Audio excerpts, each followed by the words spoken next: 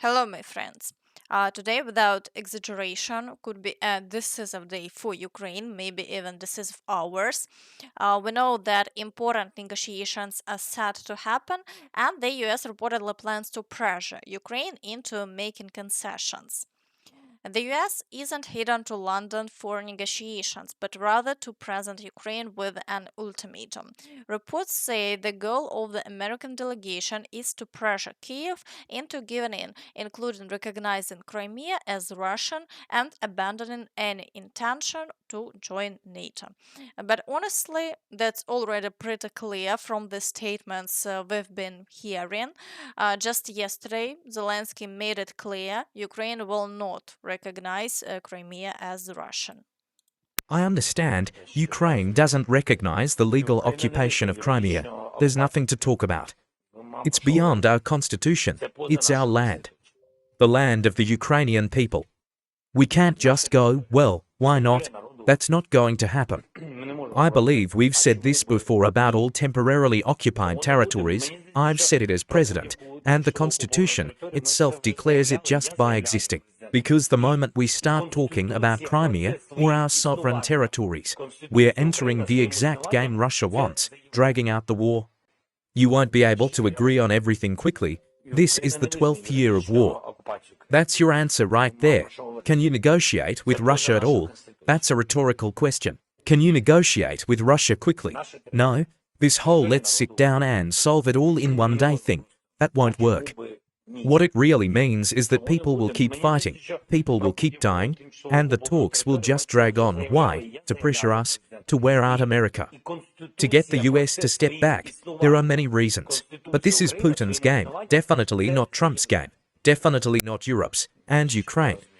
We're not playing games for us, this is war. It's something far more serious. So it's possible that negotiations will hit a dead end.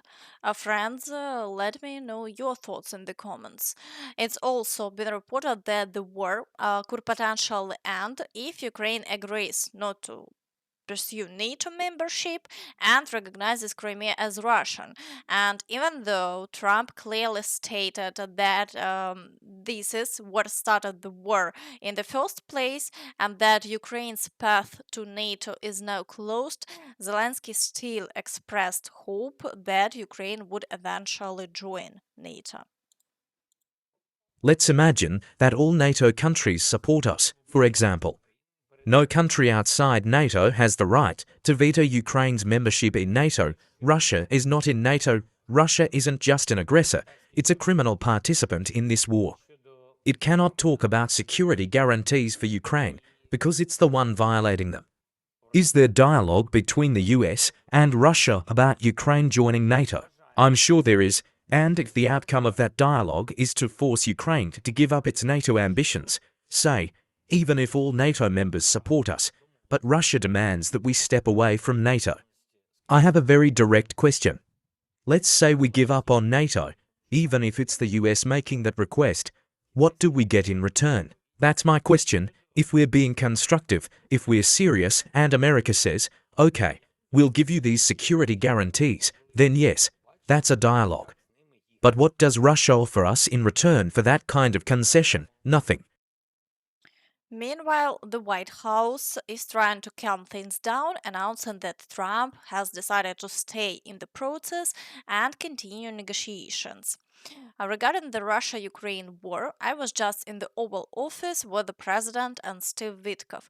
They wanted everyone to know that the negotiations are ongoing, said White House Press Secretary Caroline Leavitt. According to her, the White House feels and hopes that talks are moving in the right direction. It's also been reported that, depending on how today's talks go, Steve Witkoff may return to Russia as early as this week. The Kremlin has confirmed Witkoff's upcoming visit to Moscow, according to Putin's aide Yuri Ushakov. Just a day earlier, the Wall Street Journal, citing Western officials, reported that Trump's special envoy for Middle East affairs could head to Russia following a series of high level consultations in London.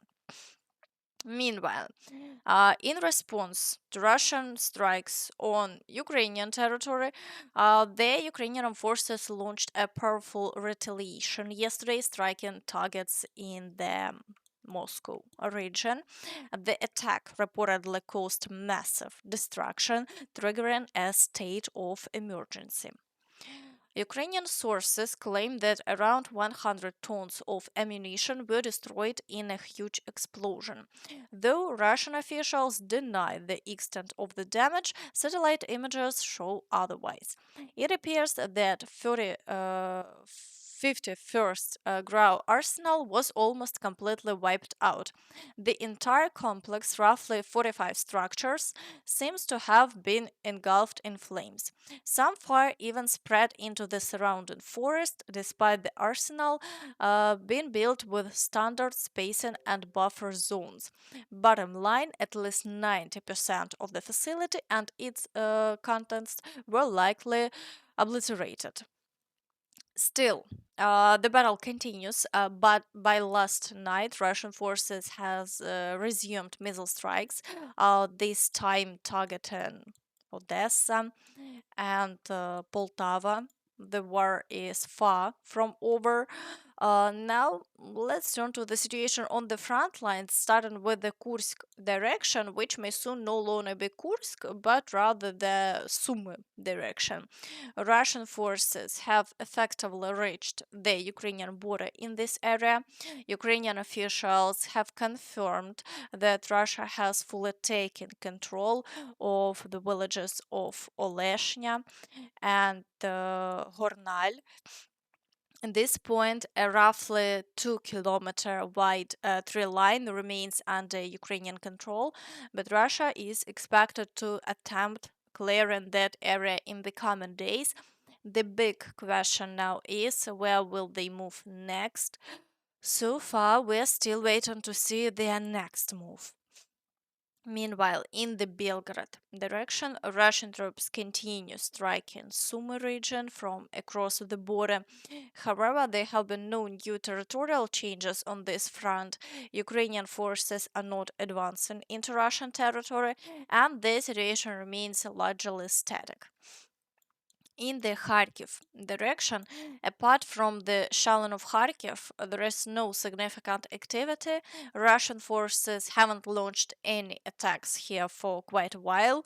Even in Vovchansk, no new assaults have been recorded. For now, the situation remains unchanged.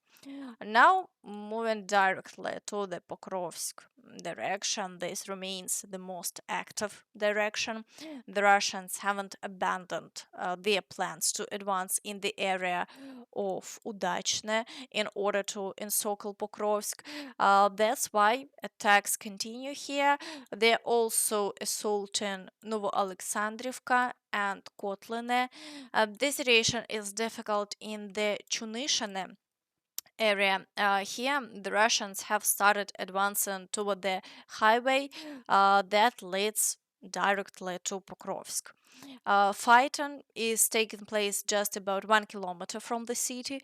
That makes the situation quite serious, and shelling of Novopavlivka is being reported. The Russians are trying to flank the Ukrainian units, successfully holding the line in Lysivka and Sukhy Yar. They haven't been able to break through there, but for now, Ukrainian forces continue to repel the attacks, and over the past 24 hours, the front line hasn't changed. Fighting also continues around the villages of Promень, Myrolюбівка, Yelizavetivka, and Tarasivka, especially near the highway area. Shelling hasn't stopped either, but the Ukrainian forces are still successfully repelling all attacks. In the Kurakhove direction, the Russians are assaulting Kotlярivka, Preobrazhenka, Troitske, Konstantinopel, Rozliv, and Odradne. There have been no changes over the past 24 hours, but activity remains very high. It's important to know that it's the Russians themselves reporting on Ukrainian successes near Troitsk. According to their claims, Ukrainian forces are conducting counterattacks there and have already regained control of some positions. That's why we can see that the Russians are unable to make any advances in this area. In the Velika Novosilka direction, assaults continue in open terrain, and Russian forces are also attempting breakthroughs near Novosilka. In addition, shelling is ongoing. However, so far the Russians have been unable to advance, and the front line has remained unchanged over the past day. In the Zaporizhzhia direction, the Russians are attempting to break through toward Novodanilivka and storming Stepove. Heavy shelling continues in this area, and there is a possibility that Lobkove has come under Russian control. A geolocated video has emerged showing Ukrainian forces destroying Russians within the village itself. Today, cartographers have already marked this settlement in red, indicating it has likely been lost. In addition, Russian forces claim to have entered the outskirts of Kamiansk. In recent hours, the Russian army entered the residential area of the 1st Brigade in the southeastern part of Kamiansk. Overall, the situation remains difficult here, and the Russians continue trying to advance further. In the Kherson direction, Russian forces continue FPV drone strikes on Kherson, but no new assaults on the islands have been recorded, and the situation remains unchanged. Now let's move on to the Toretsk direction. Here, the Russians are attempting to break through toward Sherbenivka to regain positions they lost long ago. They're also trying to fully capture Toretsk, but as before, they are not succeeding. Attempts to break through toward Delivka continue, but the Ukrainian forces are repelling all attacks.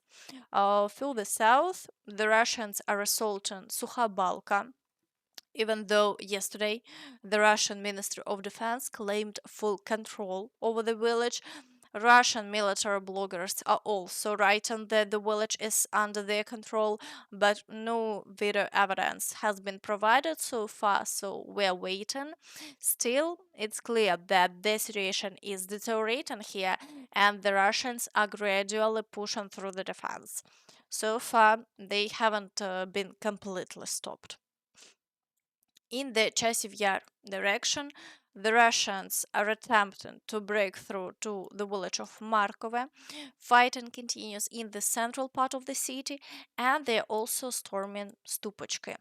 However, over the past 24 hours, there have been no changes, and the Ukrainian forces have managed to repel all attacks.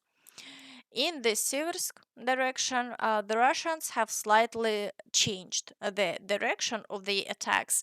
They're now trying to break through from the south near Pereizne and Vasyukivka. Attacks on Verkhnyo-Kamensk also continue without pause, but there have been no changes over the past 24 hours. In the Liman direction, the Russians are storming Zarychne, Myrne, Kolodязі, Zelena Dolina, and the village of Nove, as well as pushing northward near Novomykhailivka and storming Grekivka.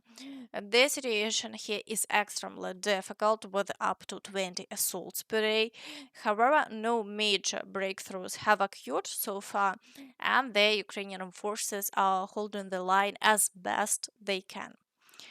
In the Borova direction, the Russians are storming Boguslavka and are also trying to break through toward the village of Nadia. However, the activity here is low, and the Ukrainian forces are repelling all attacks, so the front line remains unchanged over the past 24 hours. In the Kupiansk direction, assaults on Petropavlivka continue, and Kupiansk is under shelling, but over the past day, no breakthroughs have occurred here either, and all attacks have been repelled. Meanwhile, President Zelensky stated that if Russia stops firing, negotiations could begin immediately. If the Russians are not just ready for a ceasefire tomorrow, but actually stop the fire, we are ready to sit down for talks and move toward ending the war. If anything is done in practice, not just empty words. Friends, what do you think about this statement? Be sure to share your opinion in the comments. And that's all from me. So please don't forget to like this video, subscribe to the channel, and hit the notification bell to stay updated on all the latest news. Thank you for watching and see you next time. Bye bye.